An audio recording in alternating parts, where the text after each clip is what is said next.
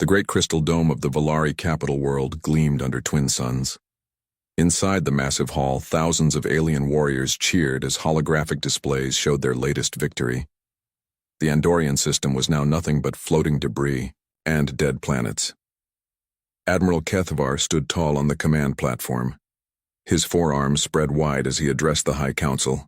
His voice boomed through the hall like thunder. 164 victories, he roared. 164 worlds have fallen before our might. The Andorians thought their energy shields would protect them. They were wrong. Their cities burned, their fleets scattered like leaves in a storm. The crowd cheered louder. Kethvar's black eyes gleamed with pride. He had never known defeat. None of them had. For 300 years, the Valari Empire had crushed every enemy. Their war doctrine was simple and brutal. Bring overwhelming force, destroy everything, leave nothing alive. The galaxy trembles at our name, Kethvar continued. We are death itself, sailing between the stars. In the front row, Sub-Commander Radok listened but felt uneasy. Something bothered him about their next target, a small blue world called Earth. The intelligence report said it was home to a young species called humans. They had primitive weapons and no real space fleet. So why did they need the entire First Armada to conquer one weak planet? But Radok kept his doubts to himself. Admiral Kethvar did not like questions. Far across the galaxy, on the third planet of a yellow star, Defense Minister Dongsu walked through the underground halls of Seoul's secret command center. The fluorescent lights cast harsh shadows on the concrete walls. His footsteps echoed in the silence. He stopped at a heavy metal door marked with Korean symbols. Inside, Admiral Heejin stood before a wall of monitors showing space around Earth. Her short black hair was pulled back in a tight bun. Her dark eyes studied the incoming threat. They're really coming, Dongsu said quietly. Heejin nodded. 847 ships, the largest fleet they've ever assembled. For us? Dongsu's voice carried a hint of dark humor. They must really want to make sure we're dead. They have no idea what they're walking into, Heejin replied. Her voice was calm, but her eyes held a cold fire. How long until Dr. Taeho's team finishes the final tests? 2 hours. Project Silent Storm is almost ready. Above ground in Seoul, life continued as normal. People walked to work, children played in parks, and vendors sold food from street carts. None of them seemed worried about the alien fleet approaching their world. But looks could be deceiving. Dr. Taeho stood in his underground laboratory beneath the Han River. Banks of computers hummed around him.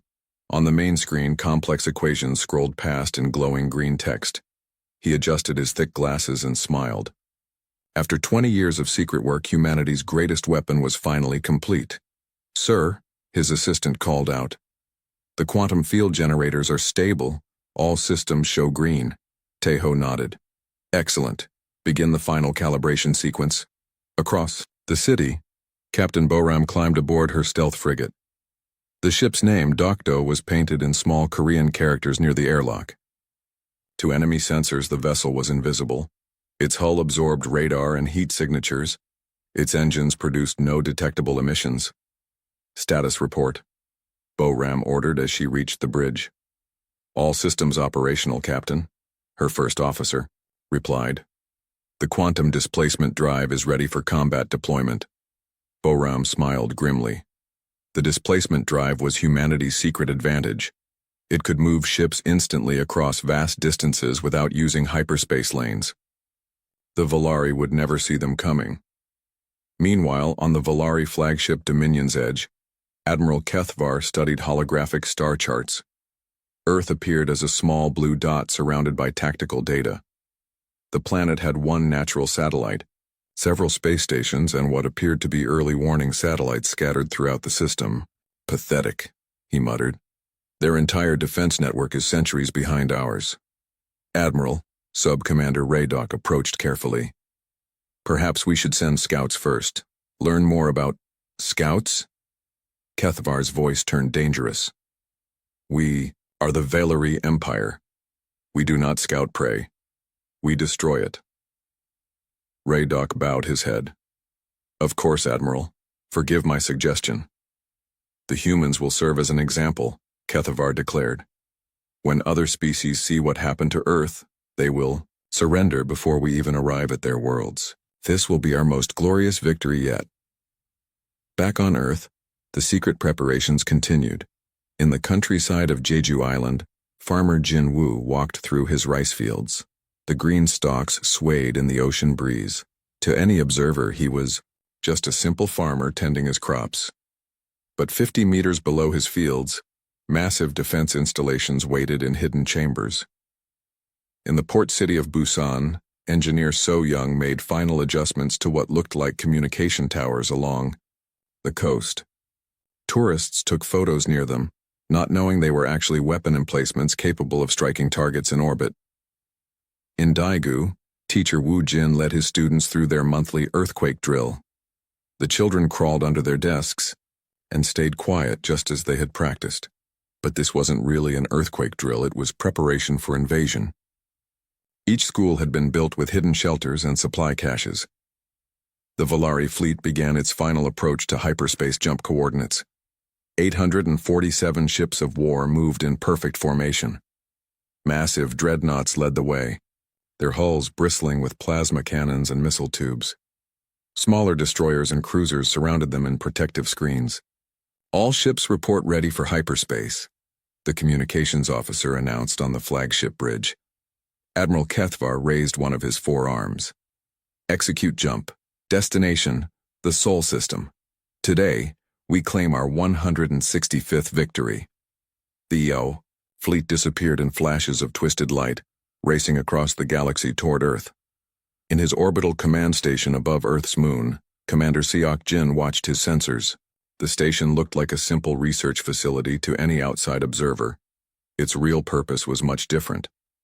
Contact, his sensor operator called out. Hyperspace disturbance detected at the edge of the system. They're coming. Seok Jin opened a secure channel to Earth. Admiral Hyejin, this is Sejong Station. The guests have arrived. On the planet below, Admiral Hyejin received the message in her underground command center. Around her, hundreds of technicians worked at their stations. Status boards showed green lights across the globe. Every hidden weapon was ready. Every secret base was armed and waiting.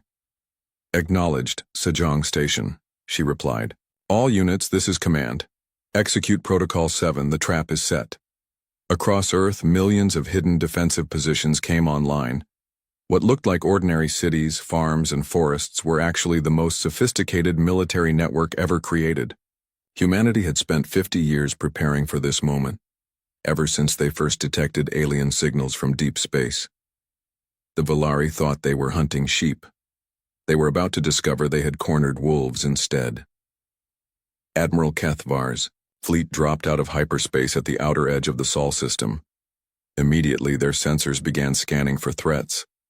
They detected the primitive satellites, a few small space stations, and what appeared to be mining operations in the asteroid belt. No significant military presence, the tactical officer reported.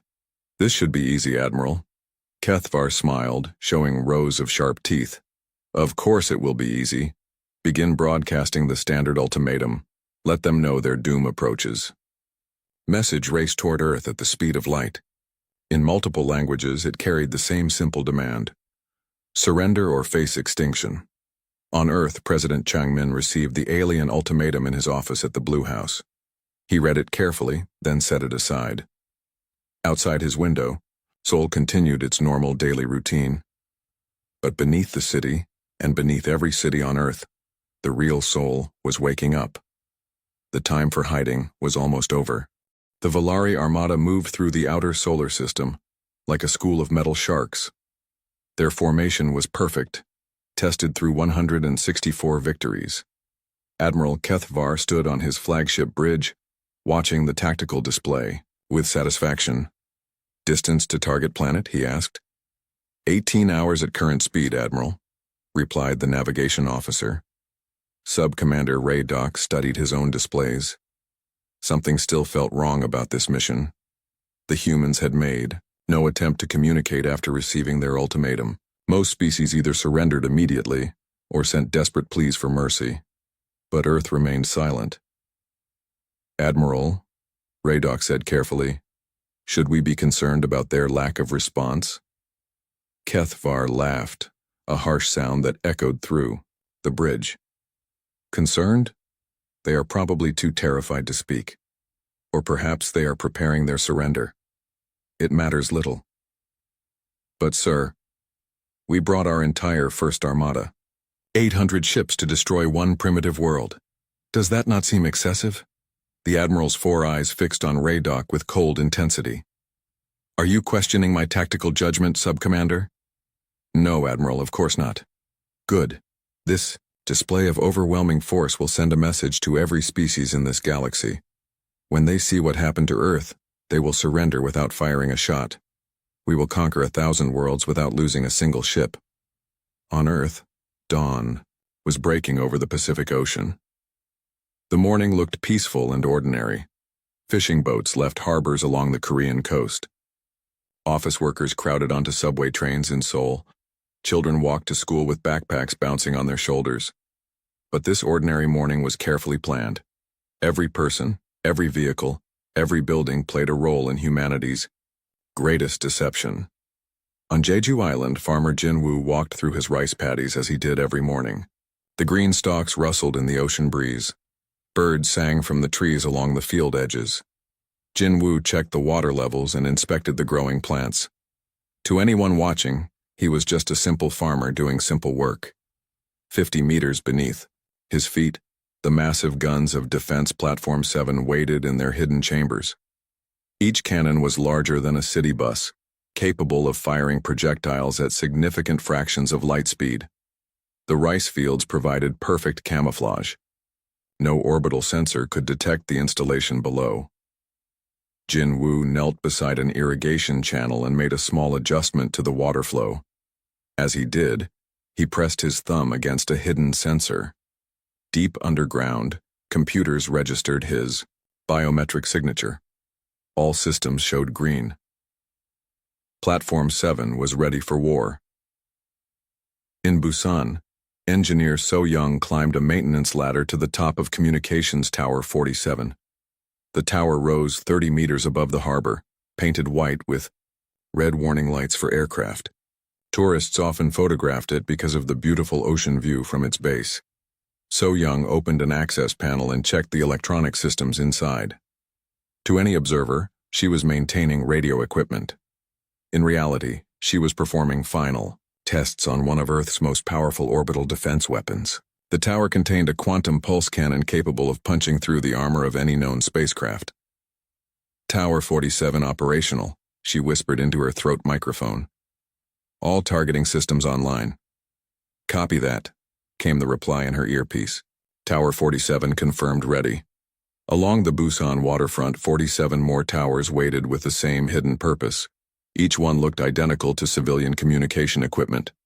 Together, they formed a defensive network that could destroy an entire fleet. In Daegu, teacher Woo Jin was conducting morning classes at Dongsan Elementary School. 28 children sat at their desks, practicing their Korean characters.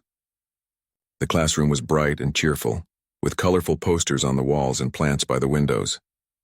"Today we will practice our emergency drill," Woo Jin announced. The children immediately responded. They crawled under their desks, covered their heads with their hands, and remained perfectly silent. Woo Jin walked between the desks, checking their positions. "Very good," he said softly. "Remember to stay quiet and stay low." The drill looked like earthquake preparation, but the children were actually practicing for invasion protocol. Each school in Korea had been built with hidden shelters stocked with food, water, and medical supplies. The children could survive for weeks underground if necessary. More importantly, every school sat directly above a military installation. Dongsan Elementary was built over Firebase Echo, one of 50 artillery positions surrounding Daegu. When the time came, the playground would split open to reveal missile launchers and railguns. Woo Jin looked at his students with pride. They were so young, but they were already part of humanity's defense. Every person on Earth had a role to play. In space, The Valari fleet continued its approach. They passed through the asteroid belt between Mars and Jupiter, their sensors sweeping for threats. The asteroids showed signs of human mining operations, robotic equipment, excavation sites, and ore processing facilities. Primitive resource extraction, commented the tactical officer aboard Dominion's Edge. Their technology level is even lower than our initial estimates. Admiral Kethvar nodded. Excellent. This will be over quickly. But Sub-Commander Radok was studying the sensor readings more carefully. Something about the mining operations bothered him. The equipment was arranged in strange patterns. The excavation sites seemed too large for the amount of ore being processed. And why were there so many fusion reactors powering what should be simple mining operations? He started to voice his concerns, then stopped. Admiral Kethvar had already made it clear he did not want to hear doubts or questions. On Earth's moon, Commander Seok Jin monitored the approaching fleet from Sejong Research Station. The station looked exactly like what it claimed to be, a scientific facility studying lunar geology. Solar panels powered its laboratories. Communication dishes pointed toward Earth and deep space. Research vehicles rolled across the lunar surface collecting samples. But Sejong Station had another purpose. Hidden beneath its innocent exterior were some of the most advanced sensors in human space. Commander Seok Jin could track every ship in the Valari fleet. He knew their exact positions, their weapon capabilities, and their likely battle tactics. Sensor sweep complete, reported his chief technician. All enemy vessels tagged and catalogued. Excellent work, Seok Jin replied. Begin transmission of targeting data to all defense platforms. The data stream raced to Earth at light speed. In underground command centers across the planet, holographic displays showed the positions of every Valari ship. Admiral Haijin studied the formation from her command post beneath Seoul. They're following standard attack doctrine, she observed. Heavy ships in the center, escorts in defensive screens, support vessels at the rear. Just as we predicted, agreed her tactical officer. They haven't changed their tactics in 3 centuries. Why should they? Haijin smiled grimly. It's worked 164 times. They have no reason to suspect it won't work again. But humanity had studied those 164 victories very carefully. Every battle had been analyzed. Every tactic had been noted. The Valari were predictable because they had never faced real opposition. In the Pacific Ocean, the submarine turtle ship moved silently through the deep waters off the coast of Japan. Captain Sang-hoon stood in the control room, watching his sonar displays. His submarine looked like a research vessel from the surface, but beneath its hull were weapons that no enemy would expect. Depth charges armed and ready, Captain, reported his weapons officer. Good. Maintain position and await orders. The depth charges were not conventional explosives. They were quantum mines that could create localized space-time distortions. When the Valari fleet entered Earth's atmosphere, they would find the ocean itself turned into a weapon. Above the clouds, Lieutenant Na-ri guided her stealth fighter through a routine patrol. Her aircraft was completely invisible to radar, heat, sensors, and visual observation. The Valari had no idea that dozens of human ships were already surrounding their fleet. All stealth units in position, she reported over secure communications. Enemy formation mapped and tracked. Copy that, Ghost Squadron, came the reply. Maintain surveillance and prepare for strike operations. The Valari continued their approach, confident in their overwhelming superiority. They had brought nearly 1,000 ships to destroy one primitive planet. Their victory was assured. On Earth, President Chang Min prepared for the most important speech of his life. In a few hours, he would address the Valari ultimatum. The entire planet would hear his response. But more importantly, the aliens would hear it too. They expected him to beg for mercy. They expected humanity to surrender without a fight. They were about to learn how wrong they could be. Dr. Tejo made final adjustments to Project Silent Storm in his hidden laboratory. 20 years of research were about to be put to the ultimate test. The quantum cascade generators hummed with barely contained power. When activated, they would turn the space around Earth into a graveyard. As the sun set over Korea, millions of people went about their evening routines. They cooked dinner, helped children with homework, and prepared for bed. But beneath every city and every forest, under every farm, humanity's true strength waited to be revealed. The Volari thought they were approaching a helpless world. They had no idea they were flying. The Volari Armada dropped out of hyperspace at the edge of Earth's solar system with a flash of twisted light that briefly outshone nearby stars.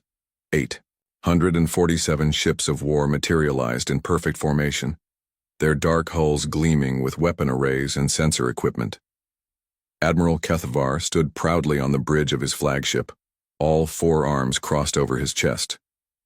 The tactical display showed their target, a small blue world orbiting a yellow star. Exactly as their intelligence had predicted, the planet appeared defenseless. "Sensor sweep complete, Admiral," reported the tactical officer. "We detect several primitive satellites, 3 space stations of basic construction, and what appears to be mining operations throughout the system. Military threats? None detected, sir. Their most advanced weapons appear to be simple nuclear devices. Their space fleet consists of a few small research vessels and cargo haulers." Kethavar's mandibles clicked with amusement. "Even more pathetic than expected. Communications. Broadcast our standard ultimatum." The message raced across space at light speed. In dozens of Earth languages, it carried the same brutal demand that had been heard by 164 previous civilizations. "People of Earth, you have been chosen for conquest by the Volari Empire. You have 1 planetary rotation. To surrender unconditionally. Lay down all weapons. Evacuate all military installations. Prepare your population for processing. Any resistance will result in the complete extinction of your species. You have been warned." On Earth, the message was received simultaneously by every government, every news agency, and every communications network on the planet. Within minutes, it was being broadcast on television, radio, and internet channels worldwide. In Seoul, President Chang Min sat in his office at the Blue House, reading the translated ultimatum. Through his window, he could see the city continuing its normal routine. Traffic flowed along the streets. People walked on sidewalks. Children played in nearby parks. None of them seemed panicked. None of them seemed afraid. Chang Min's secretary entered the office. "Mr. President, the world leaders are requesting an emergency conference call." "Tell them I'll address their concerns in my public response," Chang Min replied calmly. "Schedule a broadcast for 1 hour from now." "Yes, sir." "And sir?" "Admiral Hyejin requests permission to proceed with Protocol 7. Chang Min nodded slowly. "Granted. Tell the Admiral that all restrictions are now lifted." Deep beneath Seoul, Admiral Hyejin received the President's authorization in her command center. Around her, hundreds of technicians worked at monitoring stations. Status boards showed the positions of the alien fleet, updated in real time by hidden sensors throughout the solar system. "All stations, this is command," Hyejin announced over the global communications network. "We have presidential authorization. Execute Protocol 7 immediately." Across the planet, the message was received by thousands of secret installations. In hidden bunkers beneath major cities, weapon systems came online. Under seemingly innocent farms and forests, missile silos opened their covers for the first time in decades. Along every coastline, defense platforms raised their targeting arrays above ground level. But everything remained hidden. To orbital observation, Earth still looked like a peaceful, defenseless world. Lieutenant Nari piloted her stealth fighter through the vacuum between Earth and Mars. Her ship was completely invisible to enemy sensors, using technology the Volari had never encountered. She was one of 50 human pilots already positioned throughout the solar system. "Ghost leader to all ghost units," she transmitted on a secure frequency. "Enemy fleet has entered the system. Begin close surveillance operations." Her fighters moved silently through space, approaching the Volari formation from multiple directions. Advanced cameras and sensors recorded every detail of the alien ships. The data was transmitted instantly to Earth's defense network. On the Volari flagship, Sub-Commander Radok studied the sensor readings with growing concern. Their instruments showed a quiet, primitive system, but something felt wrong. The humans' response to their ultimatum was too calm, too organized. "Admiral, he said carefully. The planet's communications networks are still functioning normally. Usually, civilizations panic when they receive our ultimatum. There should be chaos, mass evacuations, desperate attempts to hide their leaders.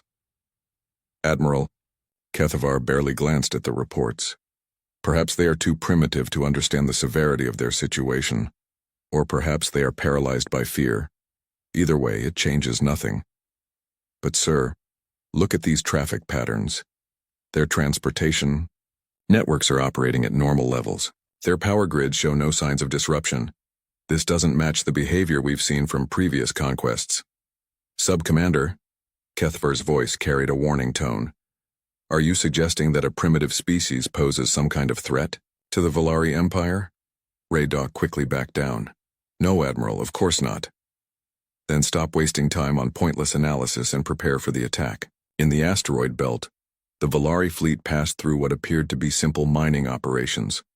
Robotic extractors worked on asteroid surfaces, gathering raw materials. Processing stations refined ore into useful metals. Transport ships carried cargo between facilities. But Sub-Commander Radok noticed something strange about the mining equipment. The machines were much larger than necessary for civilian operations. The power signatures were enormous, far beyond what simple ore processing would require. And why were there so many fusion reactors in a basic mining operation? He started to mention his observations, then decided against it. Admiral Kethavar had made his opinion clear. On Earth, farmer Jinwoo worked in his rice fields on Jeju Island, just as he did every day. The green stalks swayed in the ocean breeze. To any observer, including orbital sensors, he appeared to be a simple agricultural worker tending his crops. But as Jinwoo walked between the rice paddies, he was actually conducting a final inspection of Defense Platform 7. Every step he took was precisely planned. When he knelt to check the irrigation channels, he was verifying that the platform's massive guns could extend through the camouflaged openings in the ground. Platform 7 status report, he whispered into a microphone hidden in his collar. All systems operational, came the reply through his earpiece. Quantum cannons charged and ready. Targeting computers online. Ammunition reserves at maximum capacity. Jinwoo smiled as he stood up and brushed dirt from his hands. To the aliens watching from space, he was just a farmer working his land. They had no idea that beneath his feet waited weapons capable of destroying their largest battleships. In Busan, engineer So Young completed her daily maintenance rounds at the communications towers along the waterfront. Each tower looked exactly like civilian infrastructure, broadcasting equipment for radio, television, and cellular communications. But hidden within each tower were quantum pulse cannons that could strike targets in orbit with devastating precision. As So Young checked the systems, she was actually preparing humanity's coastal defenses for battle. Tower 47 ready for combat operations, she reported through her secure communicator. Copy that, came the reply. All coastal towers report ready. Status. The harbor defense network is fully operational. President Chang Min appeared on television screens worldwide exactly 1 hour after receiving the Valari ultimatum. He sat at his desk in the Blue House, looking directly into the camera. His expression was calm and dignified. My fellow humans, he began. We have received a message from visitors who call themselves the Valari Empire. They have demanded our surrender and threatened our extinction if we refuse to submit. Chang Min paused, allowing his words to sink. And I want to address their ultimatum directly. We are a young species, it is true. We have not traveled far among the stars. We have not conquered other worlds or built vast empires. But we are not defenseless, and we are not afraid. On the Valari flagship, Admiral Kethavar watched the human leader's speech with amusement. Look at this primitive fool. He actually thinks he can defy us. To the Valari watching this transmission, President Chang Min continued, I offer you this response. Earth is our home. We have lived here for thousands of years. We have built our civilization through hard work, cooperation, and the desire to protect what we love. You may have conquered 164 worlds, but you will not conquer the 165th. Kethavar laughed openly. Their leader is insane. Does he not understand the size of our fleet? We do not seek war with you, Changmin said. But if you bring war to us, you will discover that humanity is not as helpless as you believe. This is our only warning. Turn your ships around and leave our system. Do not make the mistake of underestimating us. The transmission ended with Changmin sitting quietly at his desk, looking directly at the camera with steady, determined eyes. Admiral Kethvar turned to his bridge crew. Did you hear that? They think they can warn us. A species that has barely left their own planet thinks they can threaten the Valari Empire. The bridge officers laughed along with their commander. The idea that these primitive humans could pose any threat was absurd. Communications, Kethvar ordered. Send a reply to their ridiculous leader.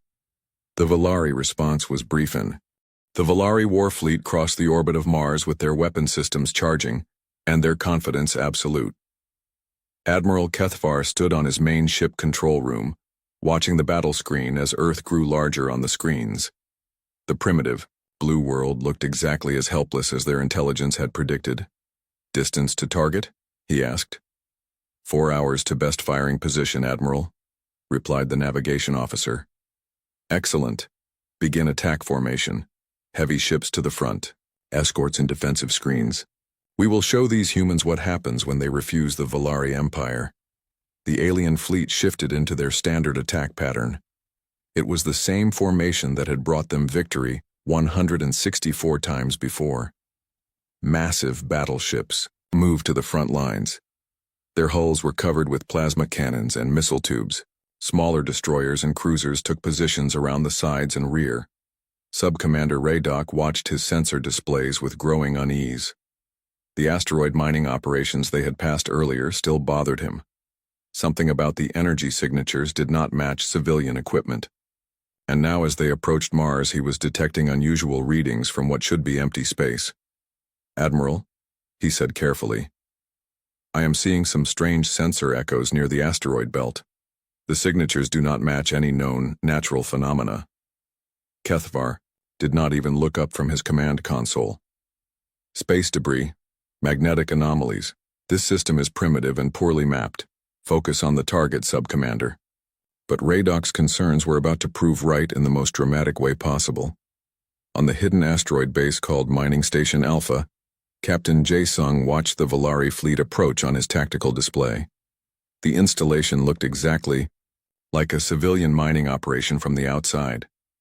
It had robot machines, ore processors, and storage facilities scattered across the asteroid's surface.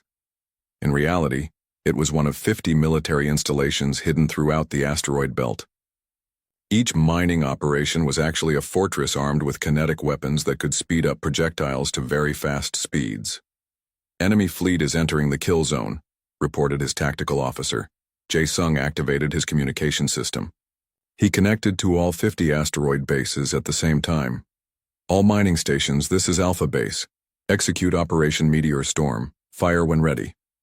Across the asteroid belt, installations that had appeared to be simple mining operations suddenly showed their true purpose. Electromagnetic launchers that had been disguised as ore conveyors turned toward the alien fleet.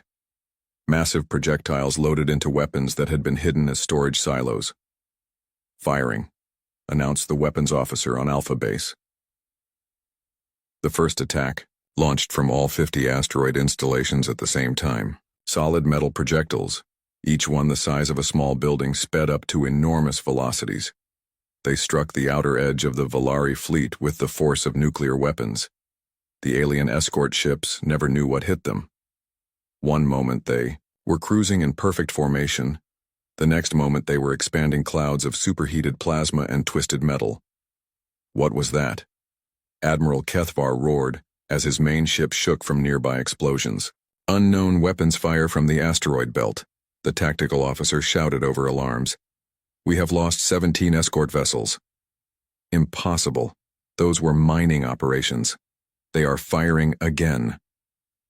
The second attack tore through the Valari formation. More ships died in balls of fire as kinetic projectiles punched through their armor like it was paper. The aliens had designed their defenses to stop energy weapons and missiles, not solid objects moving at very fast speeds. Return fire, Kethvar ordered. Destroy those installations. But the human asteroid bases were not easy targets. They were buried deep inside solid rock, with only their weapon ports exposed. The Volari plasma cannons and missiles had little effect on targets hidden within asteroids. Meanwhile, the third and fourth attacks were already coming. On Earth, Admiral Hai-Jin watched the battle begin from her command center under Seoul.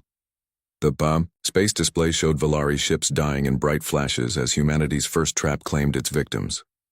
Asteroid defenses are performing as expected, reported her tactical officer. Enemy fleet has lost 43 ships so far. Good, but that is just the opening move, Hai-Jin replied. Signal all units. Execute Phase 2. The order went out across the solar system to dozens of hidden installations and stealth ships. Humanity's real defense was just beginning. Admiral, Kethvar struggled to regain control of his fleet as more ships died around him. The asteroid belt had become a killing field, but his remaining ships were finally moving out of range of the kinetic weapons. Status report, he demanded. We have lost 61 ships total, came the grim reply. All from the outer escort formations. The main battle fleet is intact. Those humans will pay for this treachery, Kethvar snarled. All ships maximum speed toward Earth.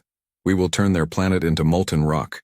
But as the Volari fleet surged toward Earth, they were walking deeper into humanity's carefully planned trap.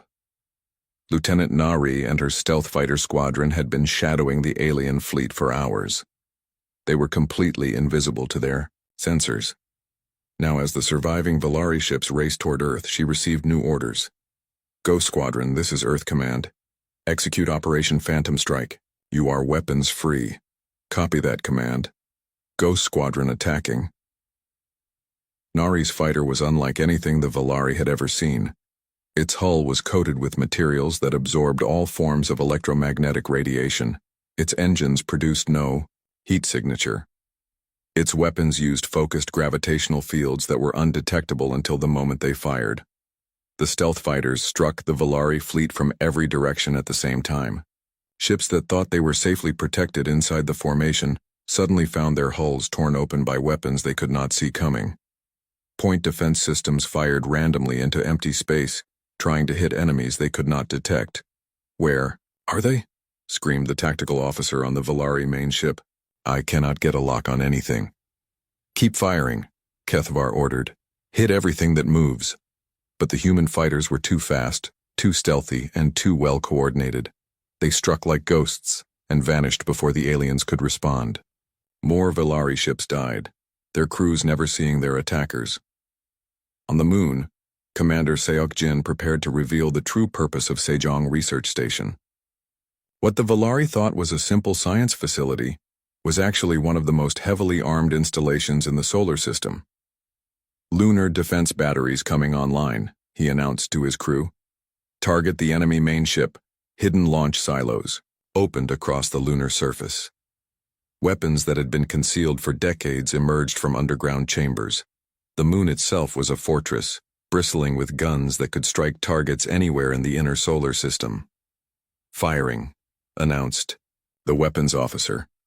A stream of projectiles launched from the moon toward the Volari main ship.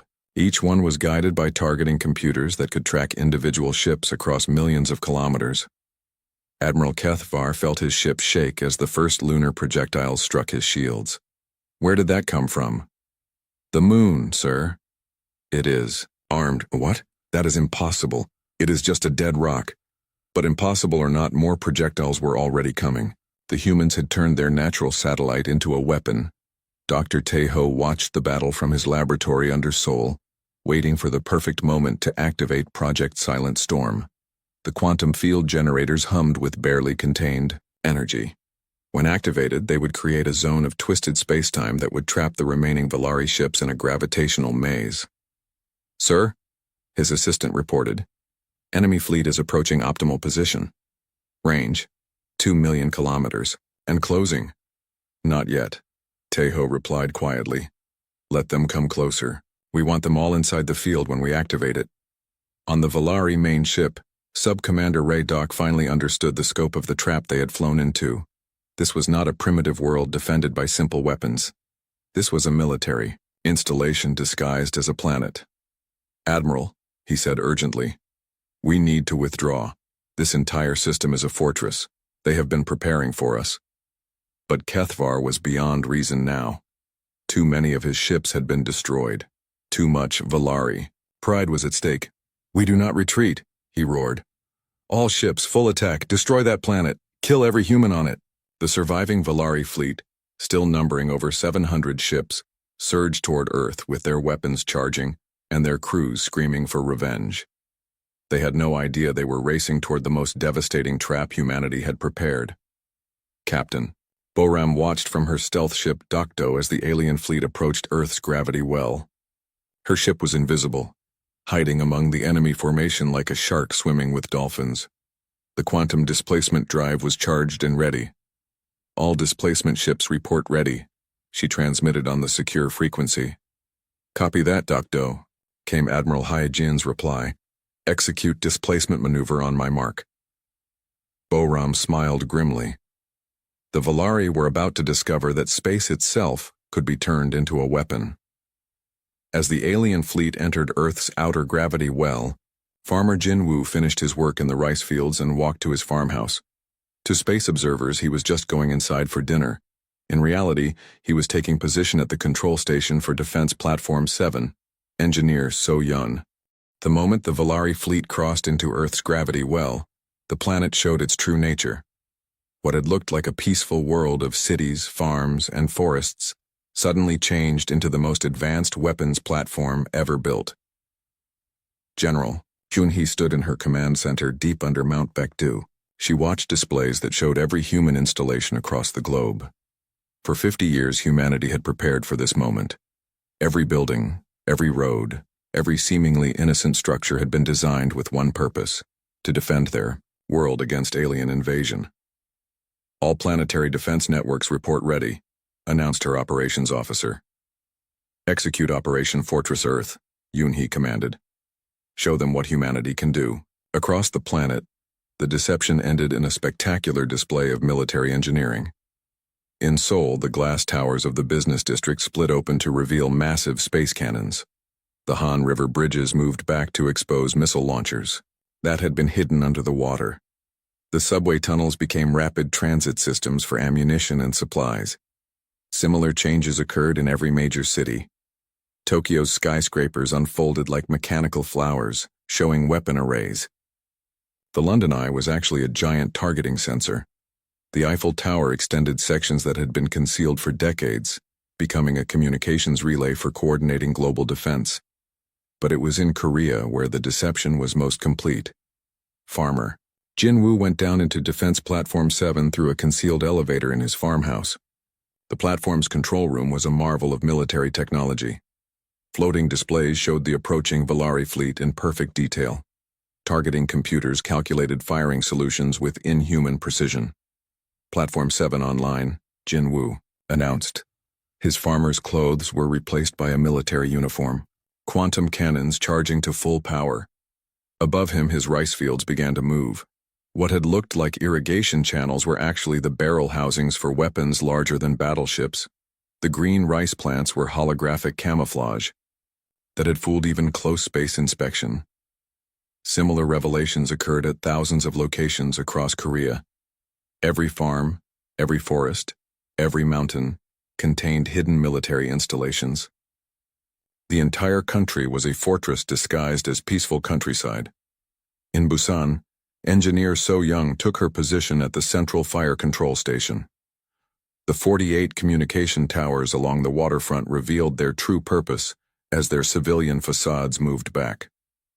Under each white tower was a quantum pulse cannon that could punch holes through the armor of the largest alien ships.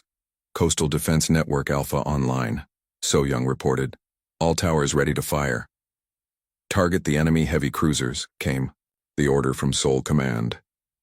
"Fire when ready." So-Young's fingers moved across her control panel with practiced precision. Firing. 48 beams of concentrated energy shot up from Busan Harbor toward the Valari fleet. Each beam was invisible until it struck its target. Then the alien ships erupted in brilliant explosions as their hulls were torn apart at the molecular level. Admiral Kethvar watched in horror as his fleet died around him. Ships that had survived hundreds of battles were being destroyed by weapons he had never seen before. The humans were not using conventional plasma or missile technology. These were entirely new forms of warfare. "Status report," he screamed over, the alarms filling his control room. "We have lost over 200 ships," came the panicked reply. "Their weapons are cutting through our shields like they do not exist." "How is this possible?" "These are primitives." Sub-Commander Raydock, his forearms working frantically at his console, finally understood the magnitude of their mistake. "Admiral, they have been planning this for decades, maybe centuries.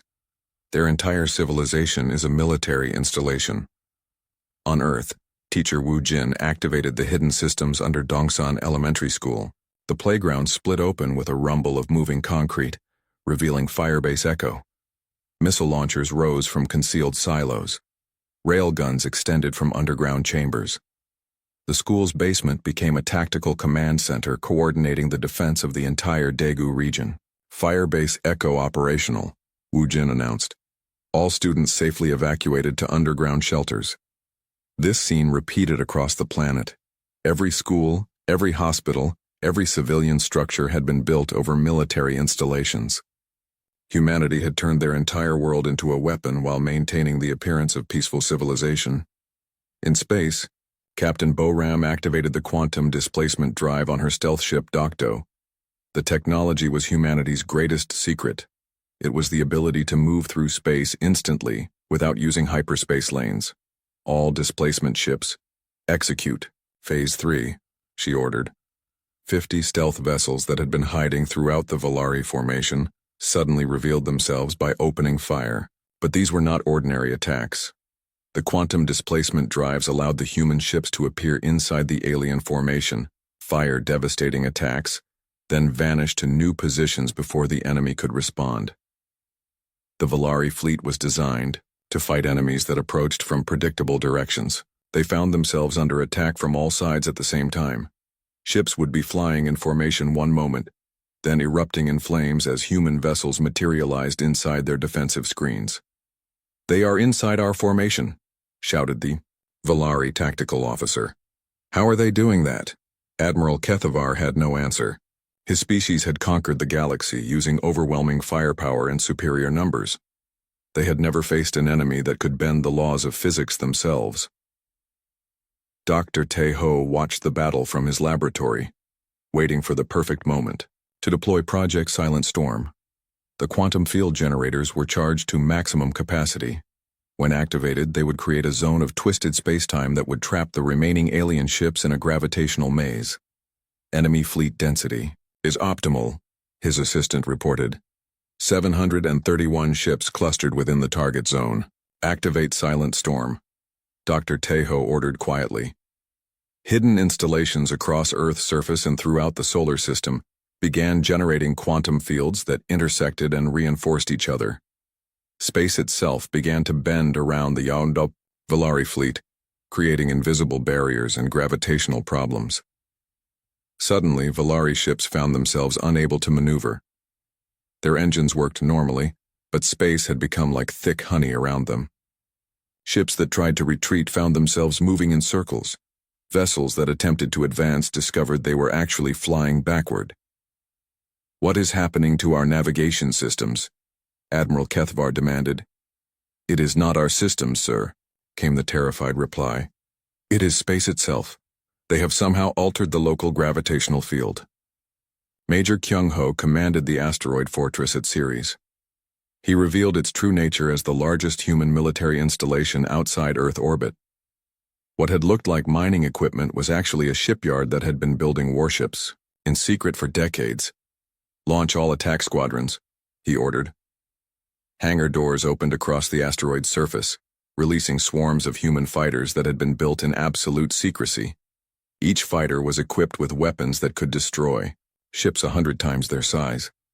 Lieutenant Nari led her squadron in a devastating attack on the trapped Valari fleet. The alien ships could not maneuver effectively due to the quantum field distortions. They became sitting targets for humanity's most advanced weapons. "Ghost leader to all units," she transmitted. "Enemy fleet is trapped and helpless. Execute." Maximum firepower protocols.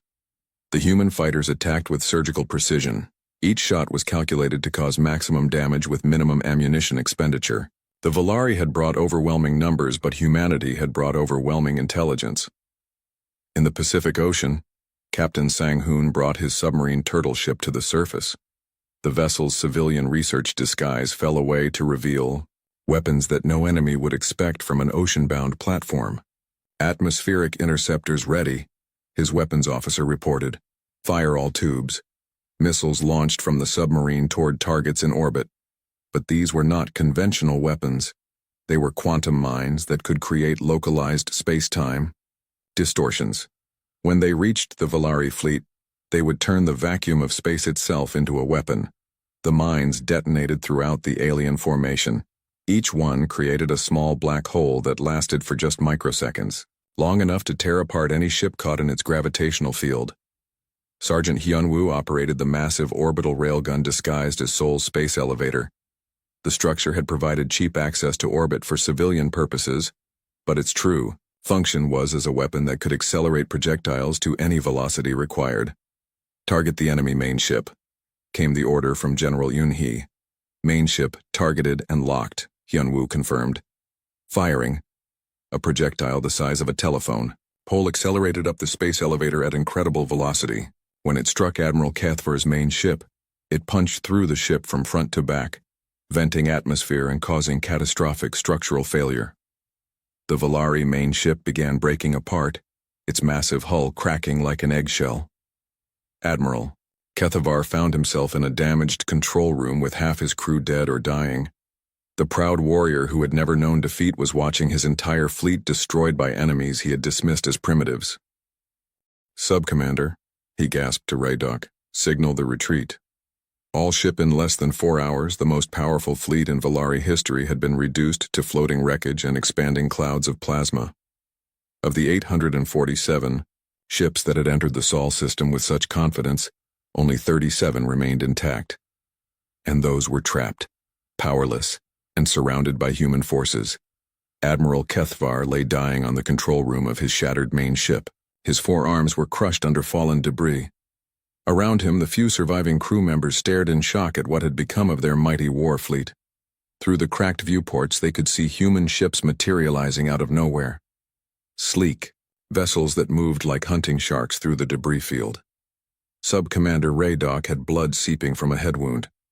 He managed to reach the emergency communications array. "Admiral, I am picking up a transmission from the human fleet. They are offering to accept our surrender." Cathvar's jaw parts clicked weakly. After 164 victories, after 3 centuries of unstoppable conquest, the Volari Empire had finally met an enemy they could not defeat. "Accept," he whispered. "Accept their terms." Captain Ji-hoon commanded the human recovery fleet from his ship, the Jindo. His vessels moved through the debris field with practiced efficiency. They collected escape pods and captured the few surviving Volari ships. Each alien vessel was boarded by teams of humans in advanced combat armor. "Recovery operations proceeding smoothly," Ji-hoon reported to Earth Command. "We are taking prisoners from all surviving ships. No further resistance." The Volari survivors were stunned into submission. Warriors who had terrorized the galaxy for centuries found themselves face to face with humans who treated them not as conquering heroes, but as defeated enemies who had made a fatal mistake. In the detention area of one human ship, a group of captured Volari officers sat in silence.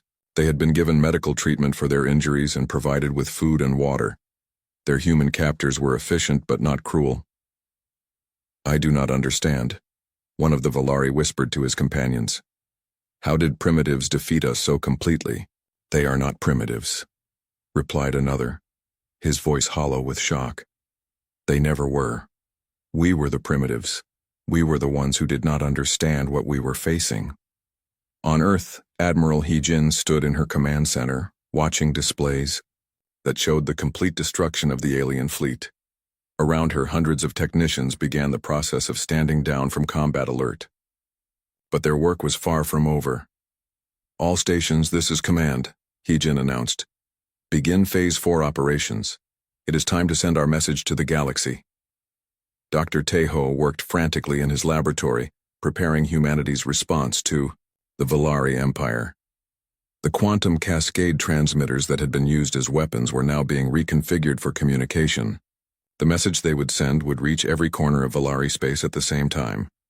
"Transmission array ready," his assistant reported. "We can broadcast on all Valari communication frequencies." "Good. Upload the tactical data from the battle. I want every Valari commander to see exactly what happened to their first armada." The transmission that left Earth carried more than just words. It included complete tactical recordings of the battle, showing how humanity had turned their entire solar system into a trap. The Valari would see their ships being destroyed by weapons they did not understand, guided by tactics they had never encountered. Admiral Hai-Jin's voice carried across interstellar space with cold authority. "To the Valari Empire and all who serve it. You sent your first armada to conquer Earth. Your 847 ships have been destroyed. Your admiral is dead. Your warriors are our prisoners." The message continued with devastating precision. "You believed us to be a primitive species. You were wrong. We are humanity, and we have been preparing for this day since we first detected your signals from deep space. Every building you saw, every farm, every city, all of it was designed to appear peaceful while hiding the most advanced military network ever built." President Changmin added his voice to the transmission from his office at the Blue House. "We did not seek this war. We offered you the chance to leave our system peacefully. You chose conquest instead. Now you have learned the price of that choice." The tactical data included in the transmission was devastating to Valari military doctrine. It showed how their standard attack formations could be countered, how their weapons could be neutralized, and how their supposedly invincible ships could be destroyed without leaving even debris behind. But the humans were not finished. General Yun-hee activated communication arrays hidden throughout the galaxy. These installations had been placed by human exploration ships decades earlier, disguised as scientific monitoring stations. These arrays began broadcasting a different message to a different audience. To the 164 worlds conquered by the Valari Empire, the message began. "This is humanity speaking. We know you are listening. We know you remember what it was like to be free." The transmission reached planets where the Valari had enslaved entire civilizations.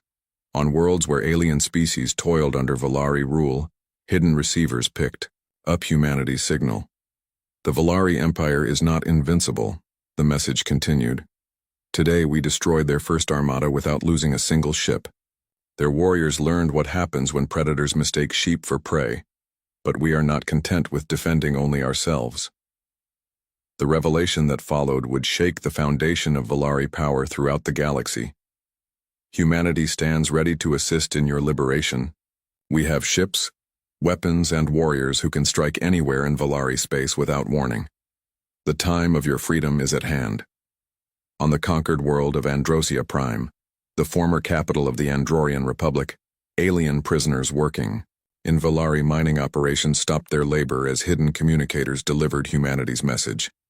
For the first time in decades, hope flickered in eyes that had known only despair. Similar scenes played out across the galaxy. On Zentari, where the Valari had systematically destroyed an entire civilization's art and culture, survivors looked up at the stars with new possibility. On Kythara, where alien scientists had been forced to develop weapons for their conquerors, researchers began to remember what it felt like to work for their own people's benefit. The psychological impact was devastating to Valari control. An empire built on the myth of invincibility suddenly found that myth shattered by a species they had never heard of until today. Back in the Sol system, Captain Boram brought her stealth ship alongside one of the captured Valari ships. Her boarding, team found Subcommander Radok in the ship's command center, staring at a display showing the complete destruction of his fleet. "You are the human commander?" Radok asked quietly. "I am," Boram replied. "Captain Boram of the Earth Defense Force. I tried to warn Admiral Kethavar that something was wrong. The patterns did not match our previous conquest, but he would not listen." Boram studied the alien officer with interest. "And what patterns did you notice?" "Your response was too calm, too organized. Most species panic when they receive our ultimatum. You did not. That should have told us you were prepared for our arrival. It should have, Boram agreed.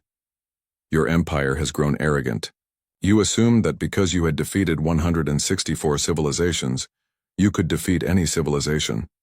But those worlds were not prepared for war. We were. Radok looked at the tactical displays showing the scope of humanity's preparation. How long did you plan for this? 50 years, Boram answered. Since we first detected your signals and learned of your conquests, we studied every battle you fought, analyzed every tactic you used, and prepared countermeasures for all of them. And now? Now your empire faces a choice. Continue your conquests and face humanity's response, or negotiate a peaceful resolution and avoid further destruction. Farmer Jin Woo emerged from Defense Platform 7 and walked back through his rice fields. The massive weapons had been concealed once again, and the patties looked exactly as they had that morning. But now the galaxy knew the truth about Earth's defenses. Engineer So Young secured her equipment at the Busan communication towers and headed home to her family. The quantum pulse cannons were hidden once more, but their effectiveness had been demonstrated beyond any doubt. Teacher Wu Jin reopened Dongsan Elementary School and welcomed his students back from the underground shelters. The children had spent the battle in perfect safety, and now they could return to their normal lives knowing they had played a part in defending their world. The message humanity sent that day reached every corner of known space. The Valari Empire, which had seemed invincible just hours before, now faced rebellions on dozens of worlds. Their own commanders began to question orders, knowing that humanity's weapons could strike without warning.